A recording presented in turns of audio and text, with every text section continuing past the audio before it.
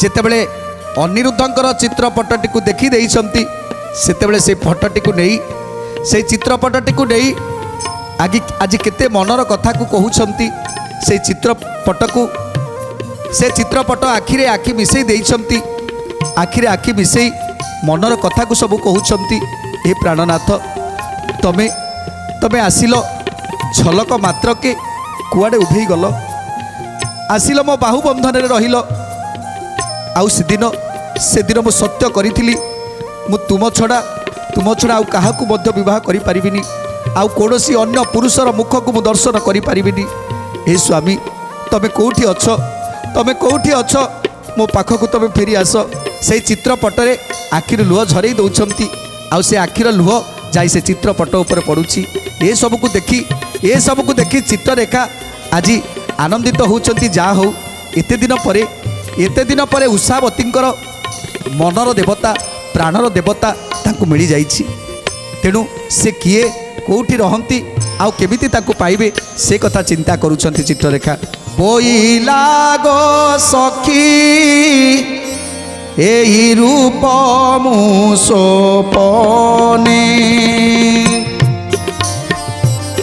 ଦେଖିଲା ବେଳରୁ ଘାରି ହେଉଥିଲି ମନେ, ଦେଖିଲା ବେଳରୁ ଘାରି ହେଉଥିଲି ମନେ, ଦେଖିଲା ବେଳରୁ ଘାରି ହେଉଥିଲି ମନେ।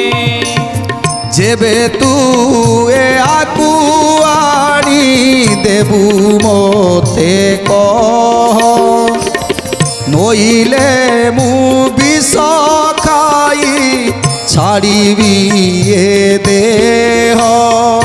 ଗୋବିନ୍ଦ ମାଧବ କୃଷ୍ଣ ଶ୍ରୀମଧୁସୂଦନ, ଗୋବିନ୍ଦ ମାଧବ କୃଷ୍ଣ ଶ୍ରୀମଧୁସୂଦନ। ଚିତ୍ରରେଖା ବଲିକା ମୋ ଦେବପୁତ୍ର ସେଇ, ଏ ଆଙ୍କ ପାଇକି କିଛି ନଭାଳ ଗୋସାଇ, ତୋର ପାଇଁ ସଖୀ ଗୋ ଦ୍ୱାରକା ମୁଁ ଯିବି, ତାକୁ ମୁଁ ଖୋଜି କରି ଅବଶ୍ୟ ହିଁ ଦେବି, ତାହାଙ୍କୁ ମୁଁ ଖୋଜି କରି ଅବଶ୍ୟ ହିଁ ଦେବି, ତାହାଙ୍କୁ ମୁଁ ଖୋଜି କରି ଅବଶ୍ୟ ହିଁ ଦେବି। ତେଣୁ କହୁଛନ୍ତି ସଖୀ ତମେ ୟାକୁ ହିଁ ଭଲ ପାଉଛ ନା? ତେଣୁ କହୁଛନ୍ତି ଚିତ୍ରରେଖା କହୁଛନ୍ତି ସଖୀ ତମେ ୟାକୁ ଭଲ ପାଉଛ, ଇଏ କିଏ ଜାଣିଛ? ସେତେବେଳେ ଉଷାବତୀ କହୁଛନ୍ତି ସଖୀ ମୁଁ ଜାଣିନି ତାକୁ, କିଏ କୁହ ସଖୀ, ସେ କିଏ? ତେଣୁ ଚିତ୍ରରେଖା କହୁଛନ୍ତି ସେ ସାମାନ୍ୟ ନୁହନ୍ତି, ସେ ହେଉଛନ୍ତି କାମଦେବଙ୍କର ପୁତ୍ର, ମାନେ ପ୍ରଦ୍ୟୁମ୍ନଙ୍କର ପୁତ୍ର, ପ୍ରଭୁ ଶ୍ରୀକୃଷ୍ଣଙ୍କର ନାତି, ଯିଏକି ଦ୍ୱାରକାରେ ରହନ୍ତି। ତେଣୁ କାମଦେବଙ୍କର ପୁତ୍ର, ତାଙ୍କ ନାଁ ହେଉଛି ଅନିରୁଦ୍ଧ। ତେଣୁ ଯେତେବେଳେ ଏ ସମସ୍ତ କଥା ଚିତ୍ରରେଖା ପାଖରୁ ବୁଝି ସାରିଲେ ସେତେବେଳେ ଚିତ୍ରରେଖାକୁ ଜାବୁଡ଼ିକି ଧରୁଛନ୍ତି। ହେ ଚିତ୍ରରେଖା ତମେ ମୋତେ ତାକୁ ଆଣିକି ଦିଅ, ତମେ ତାକୁ ଆଣିକି ମୋତେ ଦିଅ, ଆଉ ଯଦି ମୁଁ ତାକୁ ବିବାହ ନ କରିବି ତାହେଲେ ମୁଁ ସତ କହୁଛି ସଖୀ, ମୁଁ ସତ କହୁଛି ମୁଁ ବିଷ ଖାଇଦେବି, ଏ ଜୀବନଟାକୁ ହାରିଦେବି। ତମେ ଯେତେ ଶୀଘ୍ର ତାକୁ ଆଣି ମୋ ପାଖରେ ପହଞ୍ଚେଇ ଦିଅ, ମୋତେ ଆଣି ପହଞ୍ଚେଇ ଦିଅ। ଚିତ୍ରରେଖା କହୁଛନ୍ତି ଯେମା ଦେଇ ତମେ ଜମା ବି ଚିନ୍ତା କର ନା, ଯାହା ଯେତେ କଷ୍ଟ ପଡ଼ୁ ମୁଁ ଦ୍ୱାରକାକୁ ଯିବି, ଆଉ ଅନିରୁଦ୍ଧଙ୍କୁ ନିଶ୍ଚୟ ଠାବ କରିକି ଆସିବି। ଏତେ ବୋଲି ଚିତ୍ର ଲେଖା ବେଗେ ଚଳିଗଲା, ସବୁ କଥା ସିଦ୍ଧ କରିପାରେ ଜଗବଳା। ଗୋବିନ୍ଦ ମାଧବ କୃଷ୍ଣ ଶ୍ରୀମଧୁସୂଦନ, ଗୋବିନ୍ଦ ମାଧବ କୃଷ୍ଣ ଶ୍ରୀମଧୁସୂଦନ।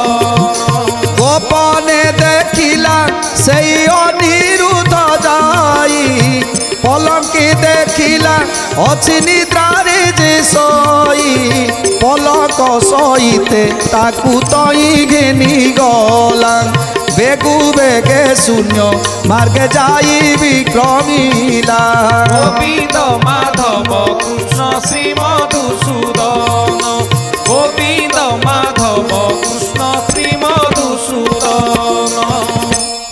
ତେଣୁ ଆଜି ଚିତ୍ରରେଖା ଅନେକ ଯୋଗ ମାୟା ଜାଣିଛନ୍ତି ଯୋଗ ବଳରେ ସେ ଅନେକ କିଛି କାର୍ଯ୍ୟ କରିପାରନ୍ତି। ତେଣୁ ଆଜି ଯେମିତି ଯୋଗ ବଳରେ ଯୋଗ ମାୟା ମନ୍ତ୍ରରେ ଆଜି ଯେମିତି ପଟ୍ଟଚିତ୍ର ସବୁ ସଂଗ୍ରହ କରି ନେଇ ଆସିଲେ ସେମିତି ଆଜି ଯୋଗମାୟା ବଳରେ ଦ୍ୱାରକାପୁରକୁ ଚାଲିଗଲେ। ଆଉ ଦ୍ୱାରକାପୁରରେ ଯାଇ ଯେତେବେଳେ ଦେଖିଦେଲେ ଯେ ଚିତ୍ରରେଖା ଦେଖୁଛନ୍ତି ଯେ ଅନିରୁଦ୍ଧ ଶୋଇଛନ୍ତି ଅପୂର୍ବ ସୁନ୍ଦର ରୂପ ତାଙ୍କର କୋଟି କାମଦେବଙ୍କର ରୂପ। ତେଣୁ ସେ ରୂପକୁ ଦେଖି ଆଜି ମୋହିତ ହୋଇଯାଉଛନ୍ତି ଚିତ୍ରରେଖା। ଆହା ଉଷାବତୀ ୟାଙ୍କୁ ହିଁ ଭଲ ପାଇଛନ୍ତି। ତେଣୁ ଯୋଗମାୟା ବଳରେ ଆଜି ପଲଙ୍କ ସହ ଅନିରୁଦ୍ଧକୁ ଉଠେଇ ଆଣିଛନ୍ତି ଉଷାବତୀଙ୍କ ଗୃହରେ। ଉଷାବତୀଙ୍କ ପଲଙ୍କ ପାଖରେ ସେ ପଲଙ୍କକୁ ଥୁଆଇ ଦେଲେ। ଯୋଗମାୟା ବଳରେ ଥୁଆଇ ଦେଇ ଆଜି ଚିତ୍ରରେଖା ଚାଲିଗଲେ। ଯେତେବେଳେ ଉଷାବତୀ ଦେଖିଲେ ତାଙ୍କର ସେଇ ସୁନ୍ଦର ପ୍ରାଣ ପୁରୁଷ ଆଜି ତାଙ୍କ ପାଖରେ ଶୋଇଛନ୍ତି। ତେଣୁ ଆଶ୍ଚର୍ଯ୍ୟ ହୋଇଗଲେ, ଆନନ୍ଦ ଗଦଗଦ ହୋଇଗଲେ। ଏ ମନ ଏ ପ୍ରାଣ ଯାହାକୁ ଖୋଜୁଥିଲା ତାକୁ ଆଜି ପାଇଗଲା।